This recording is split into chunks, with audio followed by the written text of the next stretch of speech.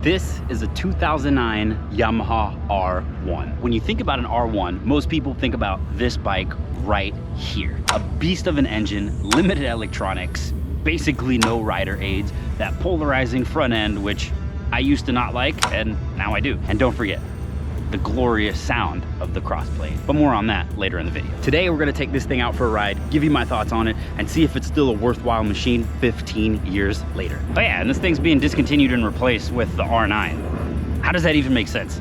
And this is the part where I start off, usually by telling you my initial thoughts, what it feels like to ride this bike, sit on it, steer it, just the first impressions that I get. It's usually unscripted, and in reality, it kind of sucks. Just like any 1000cc motorcycle, the first 3,000 to 4,000 RPMs are a little bit jerky, the throttle's a little twitchy. It may be solved with a tune, but at the end of the day, there are better tools for the job. But we all know that, right? Which begs the question, if the R9 is going to be a more comfortable all-around town machine, where does that leave this? Why do people love these machines so much when there seems to be better all-around options on the market? And it's after a few miles, after those initial impressions, where we begin to understand what this bike is about. Right here, second gear, middle of the RPM, not speeding, not giving it all the beans. This is where the bike makes you feel like a better rider. It just starts falling into the turns. You get a glimpse of the potential of this motorcycle, and it starts asking you for more and more. As you're going through this slow speed stuff, nice and easy, you can tell the bike has a lot more to give. But you can't give it more. This bike has 182 horsepower and 86 foot-pounds of torque. And at its weight of 454 pounds, that's the literal recipe for a rocket. The R9 can't replace that, never in a million years. And this is where we begin to question Yamaha's decision-making. And if you haven't begun to question it, listen to this and understand that this sound may be gone forever.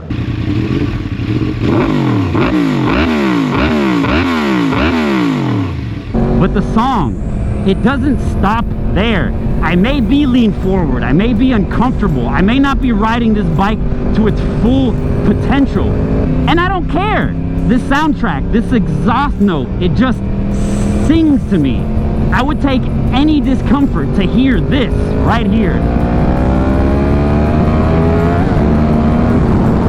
And right here, in this moment, singing past 10,000 RPMs, something amazing happens. There's like this momentary feeling of lightness where, similar to a boat getting on plane and just kind of taking off, this bike around 10,000 RPMs feels like it hits its stride, the downforce is holding it down, and it's just moving through space, and you're just along for the ride. And what type of creator would I be if I didn't let you guys experience that with me?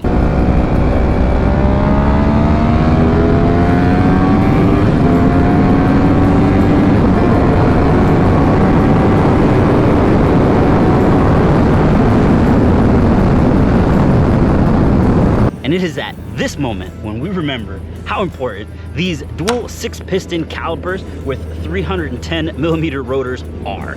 And as we come to a stop here, the front brake lever has a little bit of squish in the front. It may be old fluid or it may be a master cylinder. We all know that the OEM master cylinders are not the best. So with all that being said, can the R9 replace this amazing machine? Now, I've had this bike for a few days. I got a really good chance to fall in love with this bike. I can tell you this, there's no other bike like it. There's not a bike that's gonna replace this.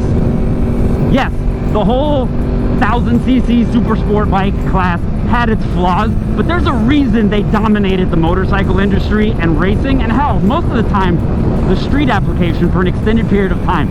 These bikes have something that the new bikes just won't have. And it's crazy to say that because this is a 1000cc motorcycle, and yes, there are still fast bikes, there are still special things that are out there like the new V4s and 200 plus horsepower bikes, but there's not going to be anything like these 1000s anymore, right? These are light bikes with good components that aren't the fastest thing in the world, but they're damn close to it. And that's something that the R9 is just not going to be able to do. If you love the Yamaha R1 and want to see my thoughts on the first generation of this amazing machine, click on this video right here. If you want to see how this 2009 Crossblade compares to this first generation R1, click on this video right here.